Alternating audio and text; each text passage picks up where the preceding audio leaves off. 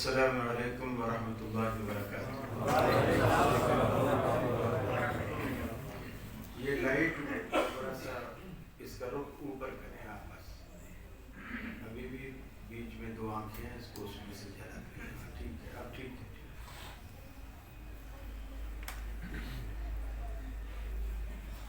الحمدللہ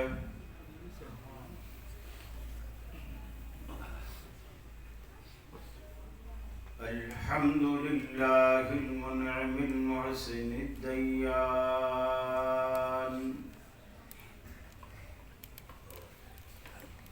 ذي الفضل والجود والإحسان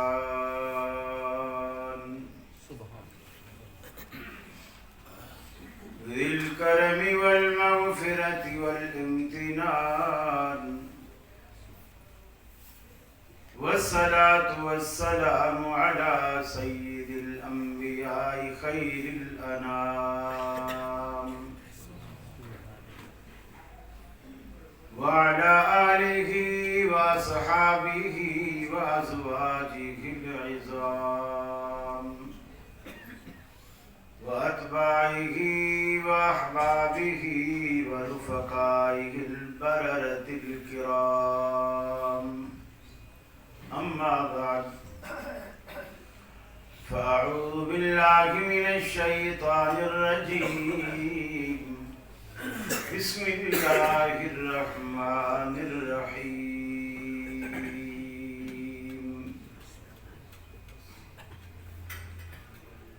وإذ أخذ ربك من بني آدم من ظهورهم ذريتهم وأشهدهم على أنفسهم ألست بربكم قالوا بلى شهدنا أن تقولوا يوم القيامة إنا كنا عن هذا غافلين۔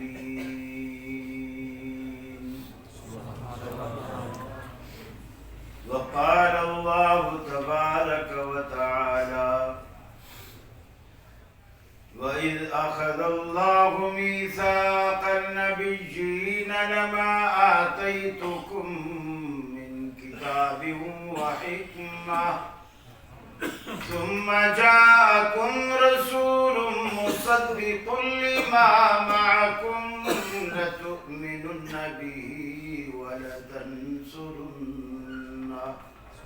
قال أقررتم وأخذتم على ذلكم إصري قالوا أقررنا قال فاشهدوا وأنا معكم من الشاهدين۔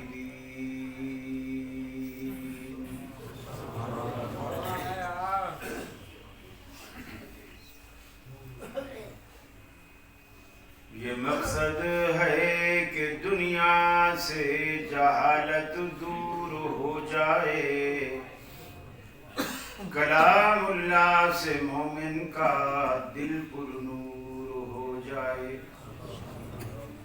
یا الہی جب تک کہ میرے جسم میں جان رہے، تجھ پہ صدقے تیرے محبوب پہ قربان رہے، میں رہوں یا نہ رہوں پر دل کی ہے یہ دعا، دین احمد اور عزت قرآن رہے۔ واجب الاحترام علماء کرام، صدر مجلس حضرت ڈاکٹر احسان صاحب حفظہ اللہ، جن کی محبت ہمیں دوسری مرتبہ کھینچ لایا۔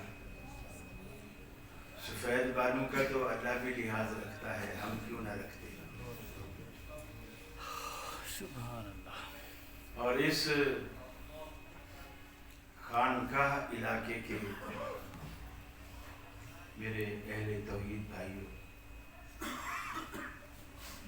عنوان آپ تک پہنچ چکا ہے،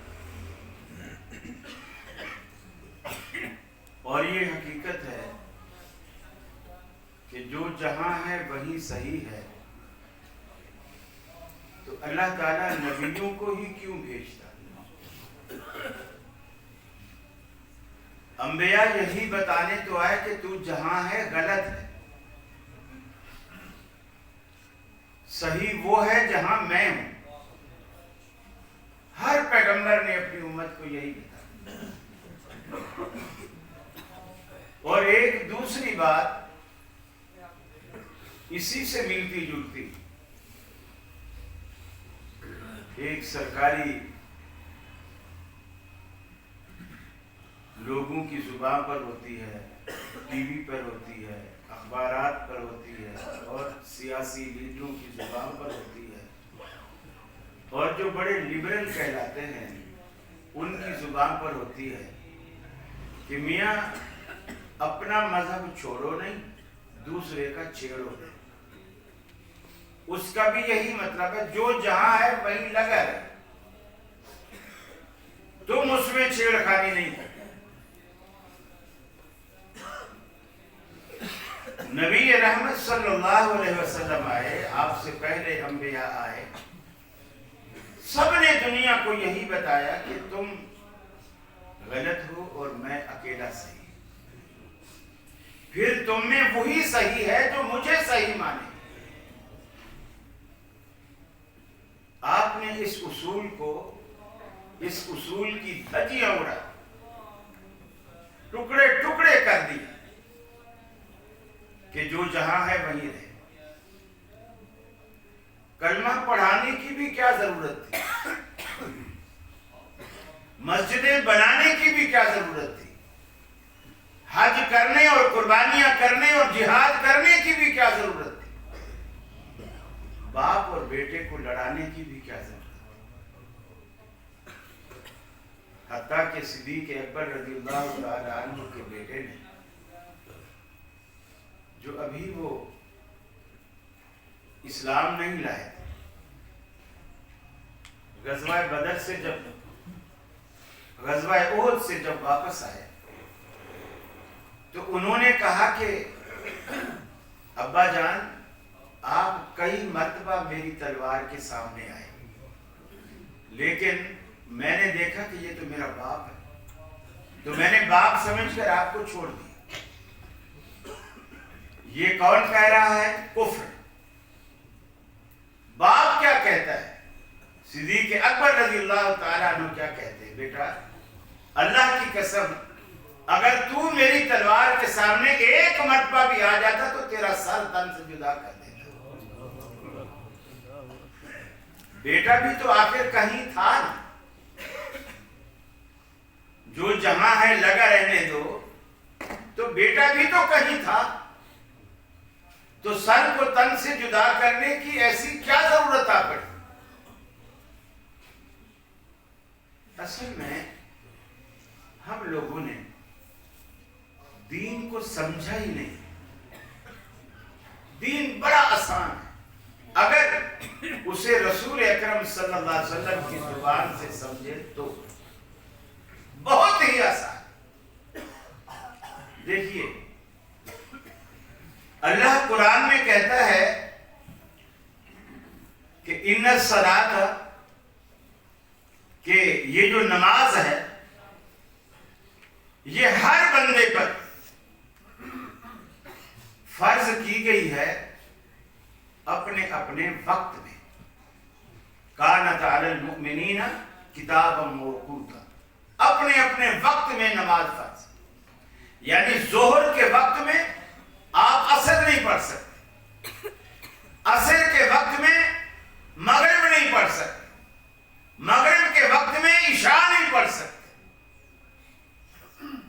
ہر نماز اس کے وقت میں فرض، اور یہ قرآن کا فیصلہ۔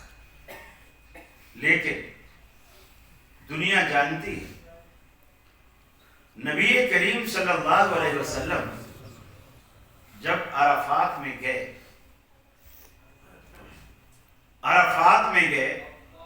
ظہر کا وقت، آپ نے سب سے پہلے ظہر پڑھائی، اسے قصر کیا، یعنی 4 رکعتیں ظہر کی ہیں، قصر کیا کا مطلب آپ نے 2 رکعتیں پڑھائی، 2 رکعتیں پڑھائی۔ پھر سنتوں کا کوئی وقفہ نہیں دیا، دوبارہ کھڑے ہو گئے، بلال نے تکبیر کہی، آپ نے عصر کی 2 رکعتیں پڑھا، ظہر کے وقت میں عصر کی 2 رکعتیں پڑھا۔ ابھی آپ نے سفر میں بھی کہیں نہیں جانا، وہیں رہنا ہے۔ ایک ہوتا ہے کہ بھی چلو سفر کرنا ہے، آگے پتہ نہیں وضو کے لیے پانی ملے نہ ملے، گاڑی رکے نہ رکے، چلو ہم ظہر کے ساتھ عصر ملا کے چلے جائیں۔ لیکن آپ سواری پر بھی سوار نہیں ہیں، عرفات میں اترے ہوئے ہیں اور مغرب تک یہیں رہنا ہے، عصر کو بھی یہیں ہونا ہے۔ لیکن نبی کریم صلی اللہ علیہ وسلم نے قرآنی اصول کے بھی خلاف کہ نماز اپنے وقت پر فرض ہے، نہ اس سے پہلے نہ پیچھے، اس کو بھی توڑا، بغیر عذر کے توڑا۔ بارش بھی نہیں، بادل بھی نہیں، دشمن کا خوف بھی نہیں، آپ نے دونوں نمازیں جمع کر دی۔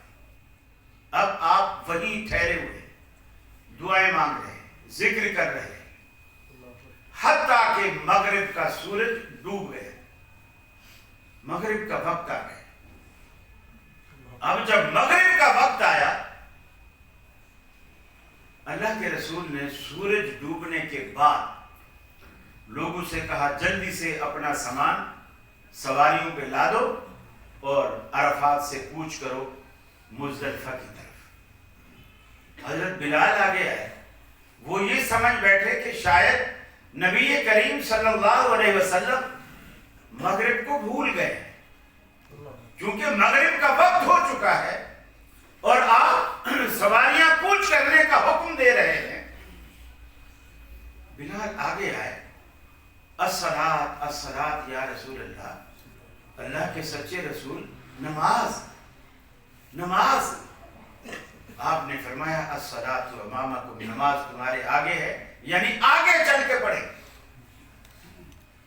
سواری پر سامان لاد دیے گئے، سفر شروع کیا، مزدلفہ پہنچ گئے۔ جب مزدلفہ پہنچے تو مغرب کا وقت ختم ہو چکا، مغرب کا وقت ختم ہو چکا، رات عشاء کا وقت آ چکا ہے۔ اب آپ سواریوں سے اترے، وضو بنائے لوگوں نے، اور اب آپ نے پہلے مغرب پڑھائی، پھر آپ نے عشاء پڑھائی، دونوں نمازیں جمع کی۔ پہلی نماز کو عصر کو ظہر کے وقت میں پڑھا، دوسری نماز کو مغرب کو عشاء کے وقت میں پڑھا، یعنی پہلی نماز کو آپ نے مقدم کیا عصر کو، اور دوسرے موقع پر مؤخر کیا مغرب کو، اس کو عشاء کے وقت میں لے گئے اور اس کو ظہر کے وقت میں لے آئے۔ دونوں خلاف ورزیاں نبی رحمت صلی اللہ علیہ وسلم نے قرآنی اصول کو توڑ۔ لوگ تو آج ہمیں کہتے ہیں نا وَإِذَا قُرِئَ الْقُرْآنُ فَاسْتَمِعُوا لَهُ، یا قرآن آ گیا، قرآن آ گیا، جب قرآن پڑھا جائے چپ رہو۔ یہاں بھی قرآن موجود ہے، اللہ کے حبیب نے اس اصول کو توڑ کے رکھ دیا۔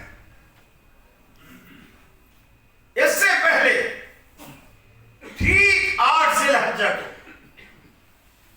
الحجہ کو، حالانکہ بیت اللہ شریف میں ایک نماز پڑھنے کا ثواب کتنا ہے؟ 1,00,000 کے برابر۔ 8 ذی الحجہ کو اللہ تعالیٰ حاجی سے کہتا ہے بیت اللہ چھوڑ دے۔ یا اللہ، میں پاکستان سے 4-5 لاکھ روپے لگا کر آیا ہوں، میں اتنا پیسہ لگا کے آیا ہوں، اور میں جو ثواب کمانے کے لیے آیا ہوں، اور سب سے زیادہ ثواب بیت اللہ میں ہے، اور تو مجھے یہاں سے نکال رہا ہے۔ اللہ نے 8 ذی الحجہ کو حاجی کو بیت اللہ سے نکال کر مینا میں جا پہنچایا، اور مینا کا ثواب حدیث میں موجود نہیں ہے۔ ثواب ہے لیکن حدیث میں موجود نہیں ہے کہ کتنا ثواب ہے۔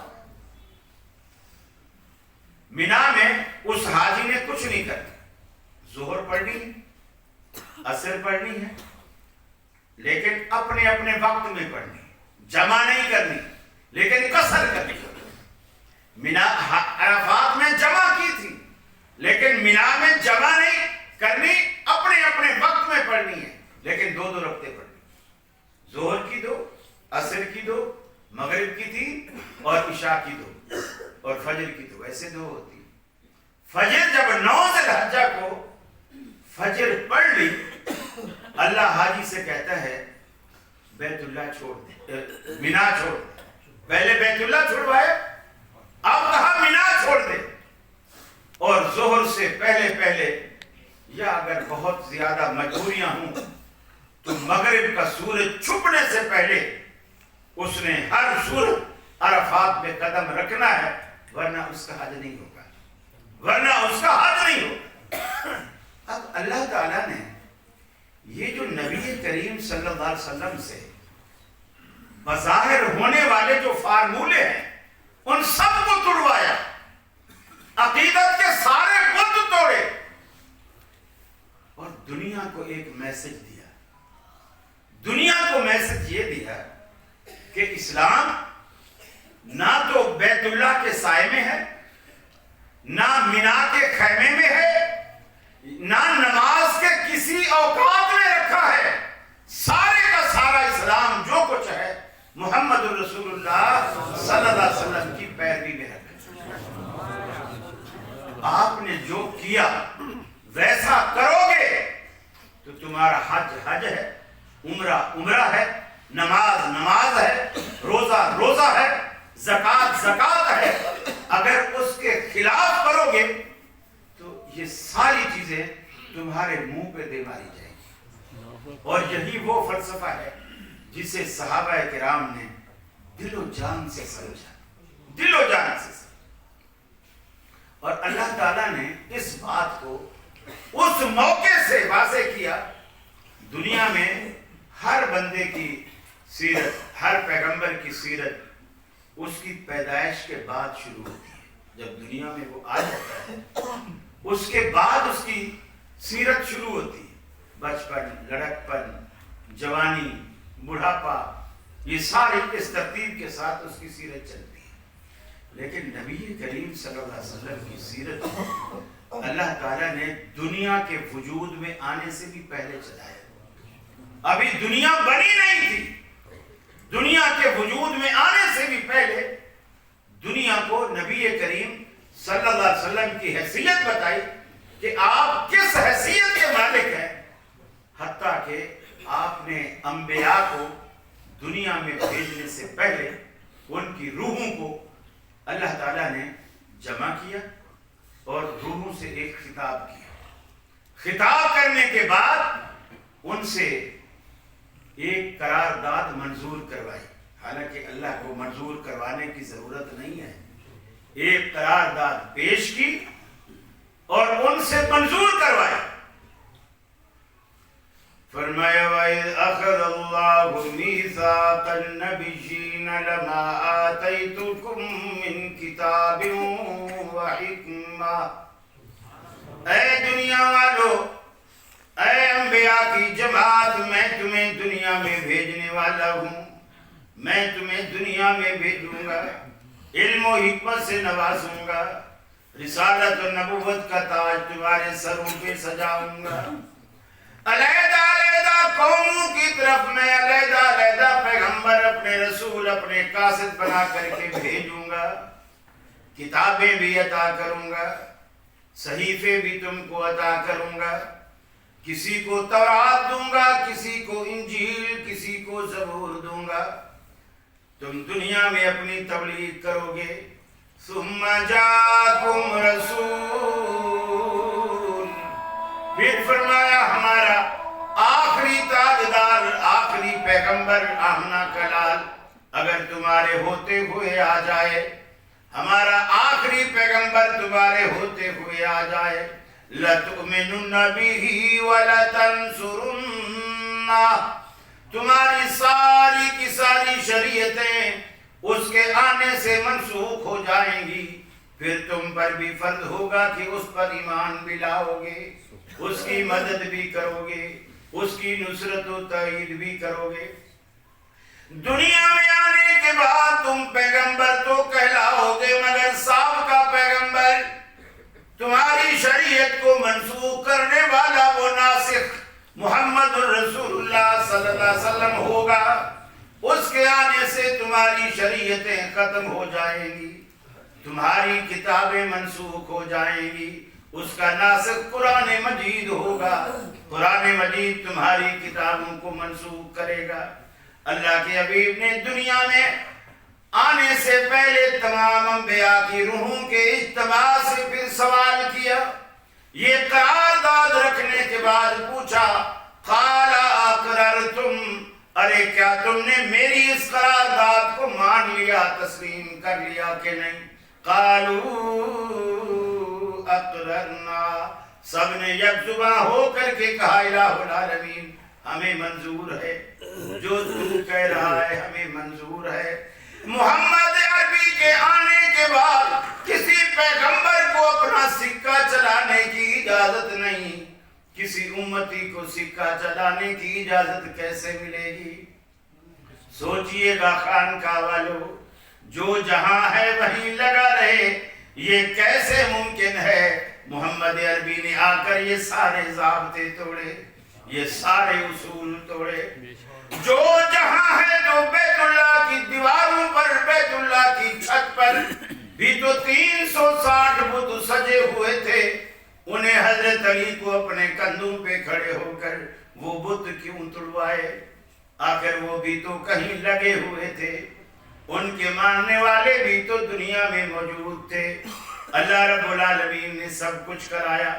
ساری دنیا کو بلا کر کوہ صفا کی چوٹی پر کھڑے ہو کر آپ نے ایک اعلان فرمایا, دنیا والو قولوا لا الہ الا اللہ, اے دنیا والو لا الہ الا اللہ کا اقرار کرو, تفلحو, تم سارے کے سارے کامیاب ہو جاؤ گے. تملک العرب والعجم, اللہ دنیا پوری کی پوری دنیا میں عرب اور عجم کی بادشاہت تمہارے قدموں میں لا ڈالے گا. بلکہ قرآن نے دوسرے مقام پہ فرمایا انتم الاعلون ان کنتم مؤمنین, ارے مسلمانوں تم ہی بلند و بالا رہو گے, تم ہی اونچے رہو گے اگر تم مومن ہو. تم مجھے ایمان دکھا دو, دنیا کی ساری دولتیں میں تمہارے قدموں پہ نچھاور کر دوں گا. مومن ہونا شرط ہے. انتم الاعلون ان کنتم مؤمنین, اگر تم مومن ہو تو میں تمہیں بلند و بالا کر دوں گا, تاج و تخت کا مالک اور وارث بنا دوں گا. تمام انبیاء پر اللہ نے یہ پابندی لگا دی کہ ہمارے آخری تاجدار کے آنے کے بعد تمہارا سکہ, تمہاری شریعت دنیا میں نہیں چلے گی. صرف آقا جناب آمنہ کے لال جناب محمد رسول اللہ صلی اللہ علیہ وسلم کی بات جو ہے وہ حرف آخر ہوگی. اللہ نے ساری دنیا کو یہ بات بتلائی. صحابہ کرام نے اپنے عمل سے واضح کیا, اپنے عمل سے واضح کیا. اللہ اکبر. صدیق اکبر رضی اللہ تعالی عنہ جب نبی کریم صلی اللہ علیہ وسلم دنیا سے رخصت ہوئے نا, دنیا سے رخصت ہوئے تو اس وقت 12 ربیع الاول کا دن, پیر کا دن, 12 ربیع الاول کی تاریخ سارے صحابہ میں ایک عجیب کیفیت تاریخ ہے. سارے غمگین ہیں. جس طرح آج آپ نے اپنے وجود سے مسجد کو بھر دیا ہے, مسجد نبوی صحابہ کرام سے بھری پڑی ہے. لوگ گھٹنے کھڑے کر کے بازوں کا حلقہ بنا کے سر اس میں ڈال کر افسردہ بیٹھے. کوئی رو رہا ہے, کوئی سوچ رہا ہے, کوئی فکر مند ہے, کوئی غمگین ہے. اور حضرت عمر جیسا حوصلہ مند شخص, اس نے اپنی تلوار نیام سے نکالی اور کھڑا ہو گیا. اور اس نے کہا خبردار, اگر کسی نے کہا کہ نبی فوت ہو گئے تو میں اسے قتل کر دوں, اس کی گردن اڑا دوں. اور حضرت عمر دھمکیاں نہیں دیتے تھے, جو کہتے تھے وہ کر گزرتے تھے. سارے صحابہ چپ بیٹھے. صدیق اکبر ہے, سب سے پہلے حضرت عائشہ کی مسجد میں